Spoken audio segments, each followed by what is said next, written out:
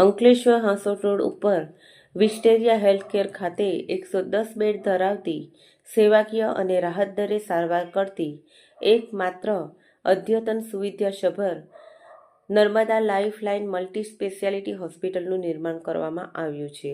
આ હોસ્પિટલમાં તમામ પ્રકારની સુવિધા સાથે રાહત દરે અને નર્મદા પરિક્રમા વાસીઓ માટે વિનામૂલ્યે સારવારની સુવિધા ઉપલબ્ધ કરવામાં આવી છે। ત્યારે આજ રોજ RSSના વરિષ્ઠ પ્રચારક હરીશ રાવલના હસ્તે ઉદ્ઘાટન કરવામાં આવ્યું હતું।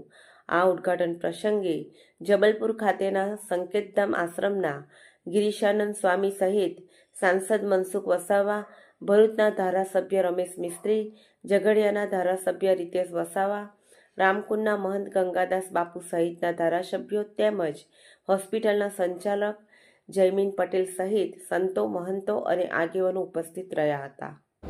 આજે માં નર્મદાની કૃપાથી નર્મદા કિનારે Narmada hospital multipurpose hospital Shri Jayminbhai અને એના સાથીદાર કાર્યકર્તાઓએ સેવા ભાવનાને ઉદ્દેશથી આ હોસ્પિટલ ચાલુ કર્યું છે। આવે રોગી અને જાય નિરોગી એ પ્રકારની ભાવનાથી સેવા સાધનની કલ્પનાથી એમની પાસે જે કંઈ પૈસો આવ્યો છે એ પવિત્ર કામમાં વાપરવાની કલ્પનાથી સેવાભાઈ એમણે હોસ્પિટલ ચાલુ કર્યું છે।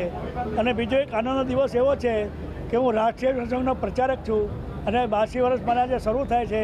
તમારો જન્મદિવસની ઉજવણી પણ આ સાથે કરવામાં આવી છે।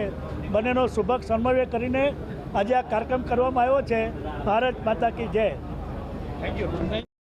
આજે નર્મદા મલ્ટી સ્પેશિયાલિટી હોસ્પિટલનું આજે ઉદ્ઘાટન કર્યું છે અને આ હોસ્પિટલનો મેઇન ઉદ્દેશ છે સેવાકીય પ્રવૃત્તિ કરવાનો અને આ ઉદ્ઘાટનમાં વિશેષ ઉપસ્થિતમાં રાજકીય મહાનુભાવો તથા સાધુ સંતો લોકોની હાજરી હતી।